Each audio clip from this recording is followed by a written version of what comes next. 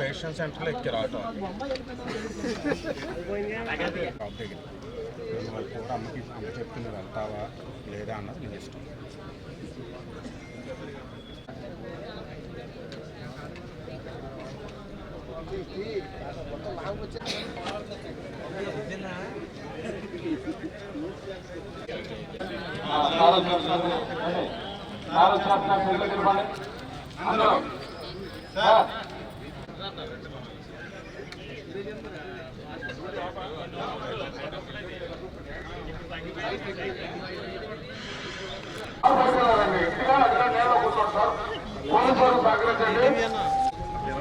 Stage మీద ఉన్నవాళ్ళు ఇటు 2 మధ్యలో వేస్తారు.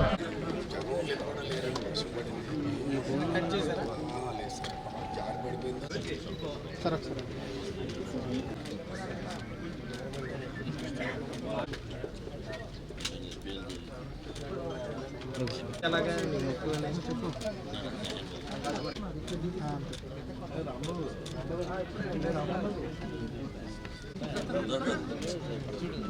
Okay sir,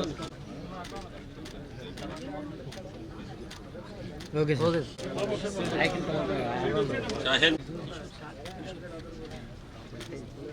okay sir.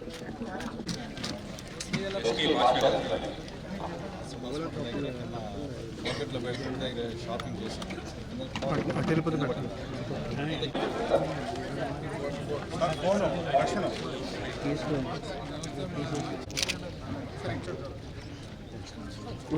మీదే ఉంటుంది చూడండి. మీది కాదు నాది కదా, కిరాణా కూడా ఇలా ఉన్నానండి.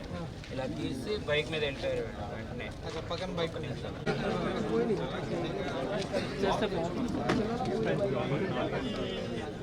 యాప్ పెట్టుకుంటారు. చాలా గట్టిగా ఈఎంఐలు కూడా కట్టలేదు సార్.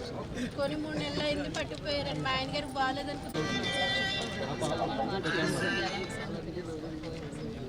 దాంట్లో ఏమి యాప్ ఎట్లా పెట్టుకోలేదా? ఇప్పుడు పెట్టుకుంటారా? తెలిసి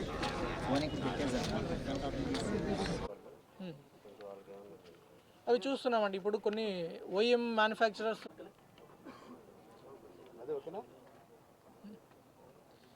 ప్రెస్ మిత్రులందరికీ నా సిహెచ్ రాజశేఖర్ నేతృత్వంలో ఈ సైబర్ క్రైమ్ టీం కావచ్చు, సిసిఎస్ టీం కావచ్చు, మన అందరు law and order police station SHOs అందరూ కూడా సమిష్టిగా ఈ సిఈఐఆర్ పోర్టల్ యూస్ చేసుకొని, తర్వాత మన వాట్సాప్ చాట్ బోట్ యూస్ చేసుకొని జిల్లా వ్యాప్తంగా పోయిన మొబైల్స్ అన్నిటినీ ఆ పర్టికులర్ రిసీవర్స్ దగ్గర నుంచి, దొంగల దగ్గర నుంచి కూడా కొన్ని రికవర్ చేసి వాటిని బాధితులకి ఈరోజు అందజేయడం జరుగుతుంది. దానిలో భాగంగా ఇది 14th ఫేజ్. ఇప్పటి వరకు 14 టైమ్స్ ఇలా చేయడం జరిగింది. వాట్సాప్ బాట్ స్టార్ట్ చేసిన దగ్గర నుంచి టోటల్ ఇప్పుడు మనం చూసుకుంటే 638 మొబైల్ ఫోన్స్ని రికవర్ చేయడం జరిగింది. దీని విలువ మనం చూసుకుంటే 76,56,000 వరకు వస్తుంది.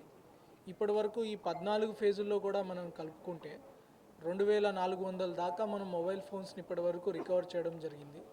ఇప్పటి వరకు మనం బాధితులకి పోయిన ఫోన్స్ అన్నీ రికవర్ చేసుకొని ఇవ్వగా వచ్చిన మొత్తం 4,06,39,000 వరకు ఉంటుంది. ఇప్పటి వరకు మనం రికవర్ చేసి బాధితులకి తిరిగి అందజేసిన ఫోన్స్.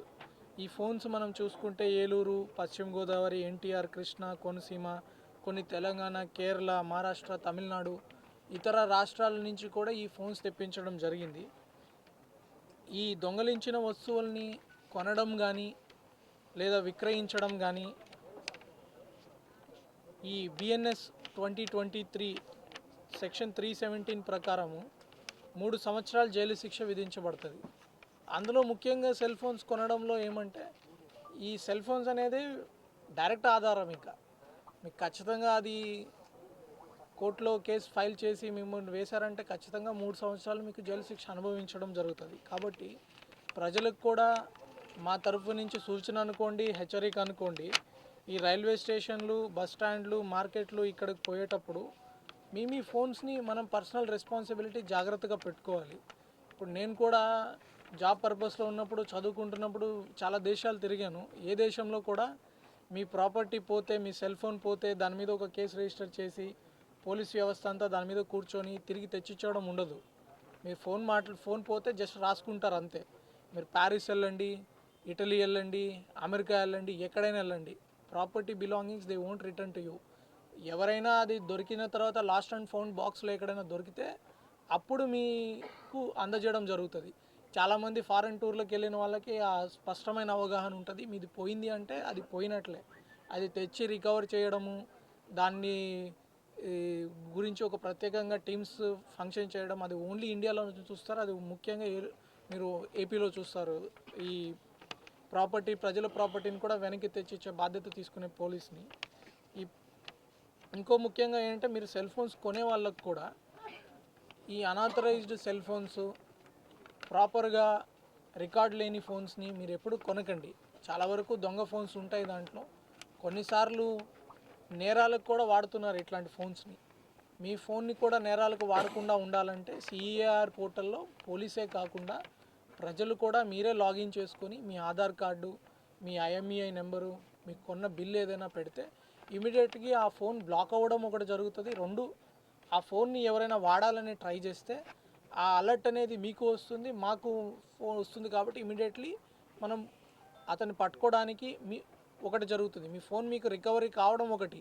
2, మీ ఫోన్ వేరే నేరాలకి మిస్యూజ్ కాకుండా కూడా మీరు ఆపగలిగిన వాళ్ళు ఉంటారు. చాలాసార్లు ఈ పోగొట్టుకున్న ఫోన్లని సైబర్ క్రైమ్ కావచ్చు, లేకపోతే హైర్డ్ అసాసిన్స్ కావచ్చు, అట్లాంటి క్రైమ్స్కి కూడా వాళ్ళు దొంగతనాలు చేసే వాళ్ళు కావచ్చు, వాళ్ళు వాడుకుంటారు. వాళ్ళ సొంత ఫోన్ వాడితే వాళ్ళు ఇబ్బంది పడతారని ఇట్లాంటి ఫోన్స్ అన్ని కూడా వాడే అవకాశం ఉంటాయి. కాబట్టి ప్రజల మీద ఆ బాధ్యత ఉంది. ఇమీడియట్లీ రిపోర్ట్ చేసి ఆ ఫోన్స్ని బ్లాక్ చేయించడము. 2, సెకండ్ హ్యాండ్ ఫోన్లు ఎప్పుడైతే కొంటున్నారో మీరు వెరిఫై చేసుకొని బిల్స్ అన్ని చూసుకొని కరెక్టా కాదా చూసి కొనుక్కోండి. అండ్ మీరు ఇప్పుడు సిసిఎస్ టీమ్ని కూడా నేను రిక్వెస్ట్ చేస్తున్నాను. చాలామంది ఫోన్స్ కొనుంటారు, ఏ పర్టికులర్ షాప్స్ దగ్గర ఎక్కువ కొంటున్నారు, 1-2 అంటే వాళ్ళకి తెలియకుండా అమ్ముండొచ్చు. అదే పనిగా 10ల సంఖ్యలో 20ల సంఖ్యలో ఆ సెల్ ఫోన్ షాప్స్ ఎవరైనా అమ్ముతున్నారంటే will make a list of details, will take legal action against them. Next, ఈ సెల్ ఫోన్స్లో కూడా మీరు చూసుకుంటే ఇప్పుడు రకరకాల అప్లికేషన్స్ ఉంటాయి. నా పర్సనల్ ఎగ్జాంపుల్ చెప్తాను. నా దగ్గర ఒక ఎయిర్పాడ్ ఉండేది, అది పాడేరులో ఇక్కడికి జిల్లాకు వస్తున్నప్పుడు ఎక్కడో మిస్ అయిపోయింది. కానీ ఆ యాప్లో ఉండడం వల్ల, find my phone, find my device ఉండడం వల్ల అది పాడేరులో తర్వాత ఎవడో వాడుతున్నా కూడా అన్ని ముక్కు పట్టుకొని అది తీసుకురావడం జరిగింది. సో మీ ఫోన్లో కూడా మీరు ఆ యాప్స్ పెట్టుకుంటే ఒకవేళ మీ ఫోన్ దొంగతనం చేసినా, ఇంకెవరైనా వాడడానికి ట్రై చేసినా కూడా మీకే డైరెక్ట్గా యాప్ వస్తుంది. సిఏఆర్ పోర్టల్ కాకపోయినా మీకు డైరెక్ట్గా లైవ్ లొకేషన్ వస్తుంది. అంతకంటే ఏం కావాలి?